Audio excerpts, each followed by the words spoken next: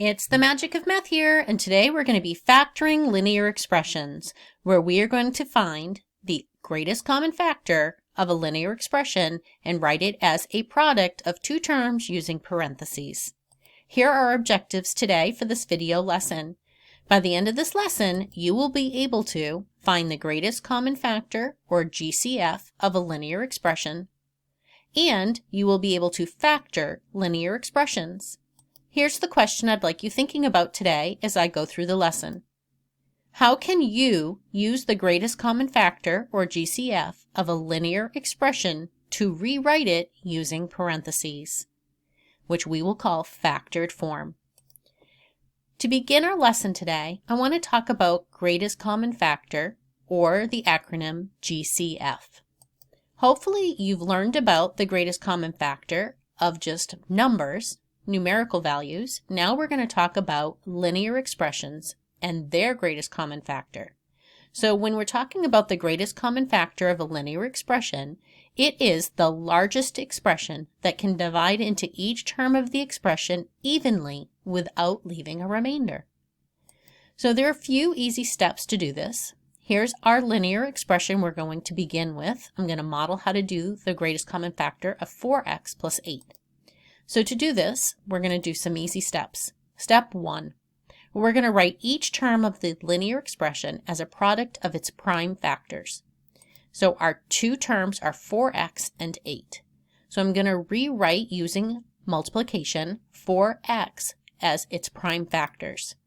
So 4's prime factors are 2 times 2 and then our variable x. So when I multiply 2 by 2, I get 4 times x is 4x. 4 is not prime. 2 is prime. It's only divisible by itself and 1. All right, now let's look at 8. 8, written as its prime factorization, is going to be 2 times 2 times 2. Step 2 of finding the greatest common factor of this expression is to identify the common factors in each of the prime factorizations. So I look and they both have 2 2's.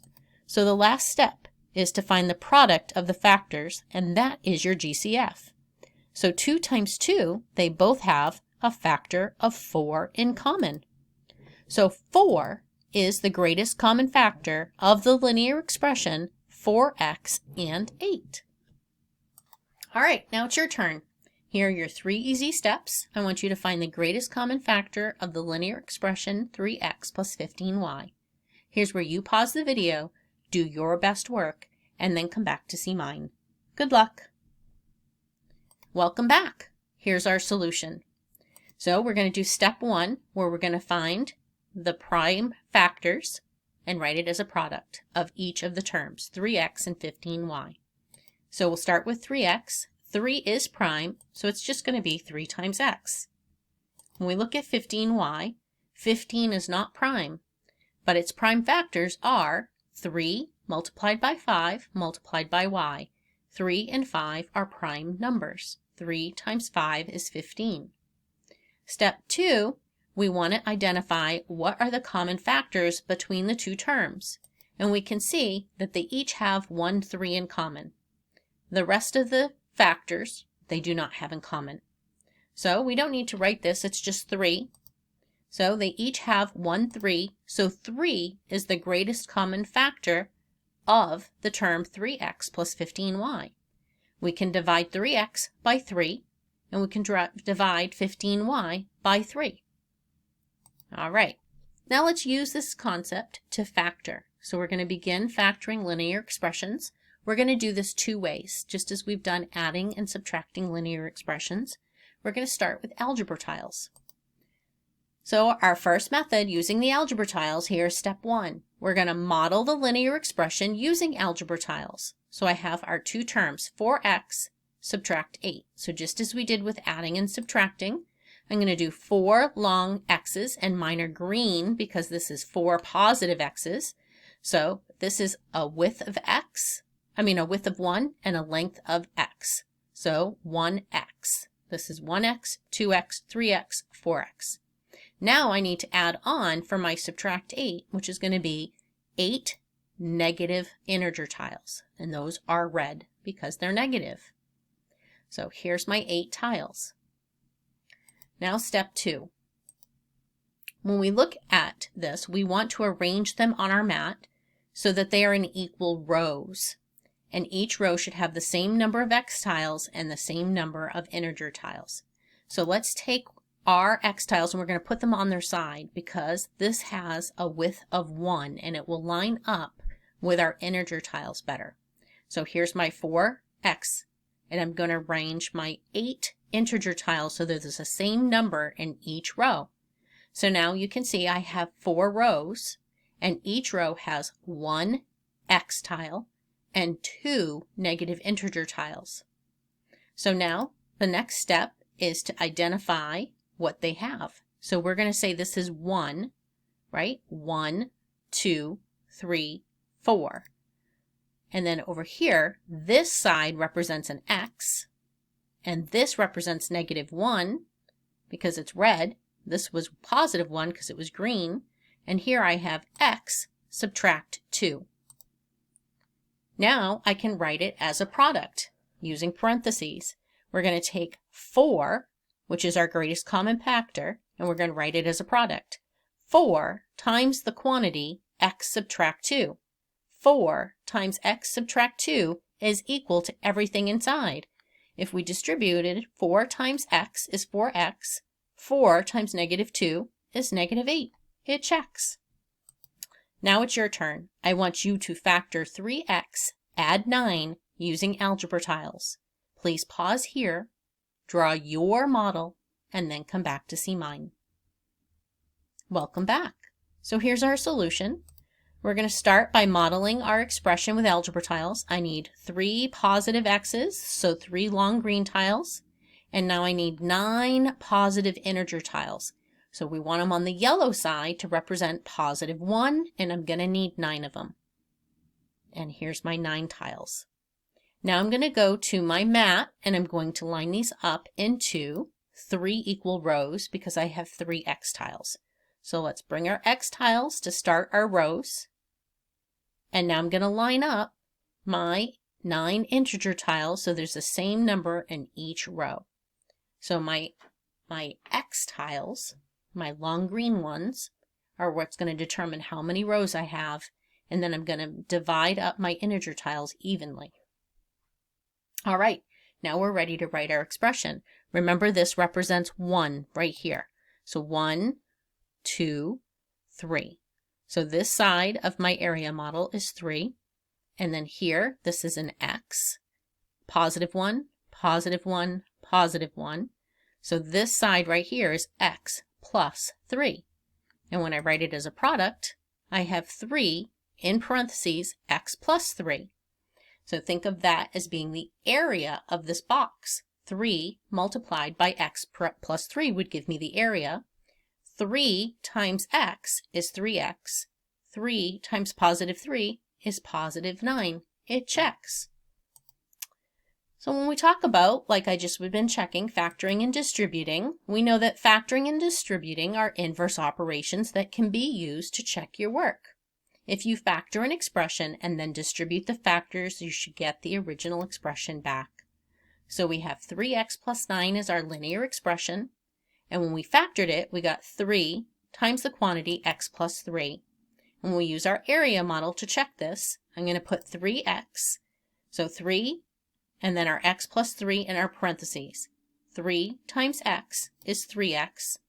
3 times +3 is 9, giving us our original expression.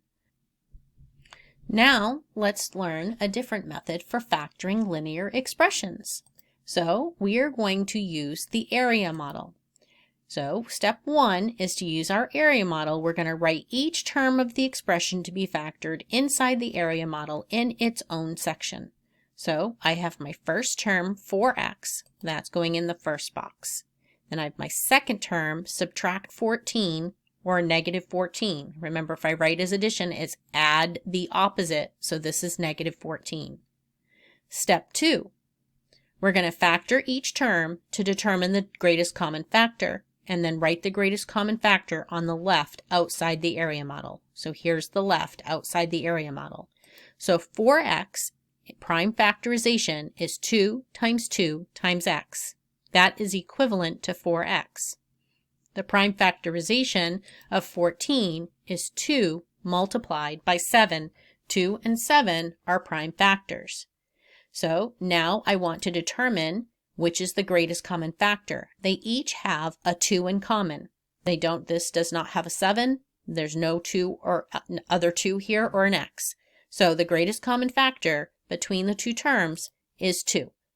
So that is my greatest common factor. So I'm factoring this out. Step 3 is going to be to write the product of the remaining factors above each box. So here in this box, we want to take our remaining factors, which here for 4x is 2x, and for 14 it's 7. So 2x is going to go into this box, and 7 is going to go into this box. That is the remaining factor. So they each had the common factor of 2, and what they didn't have in common went above. And then we want to determine the sign above the box. And we use the sign of the second term. So because it's negative, we're going to put subtract. All right, now we're ready to write the factors outside the box using parentheses. So 2 times what's in my parentheses, 2x subtract 7, 2 multiplied by 2x subtract 7 is factored form of this linear expression. And we can check it. 2 times 2x is 4x. 2 times negative 7 is negative 14. It checks. All right, your turn. Here's the steps for using the area model. Here's a visual example of the area model. I would like you to factor 6x add 18. Please pause here and come back when you're ready to check your work. Welcome back. Here's our solution. So we're going to write each of these terms inside the box, 6x and positive 18. Step 2, we're going to factor each. 6x is 2 times 3 times x. These are the prime factors of 6x. 18, 2 times 3 is 6, times 3 is 18. So 2 times 3 times 3 are the prime factors of 18. What they have in common is a 2 and a 3.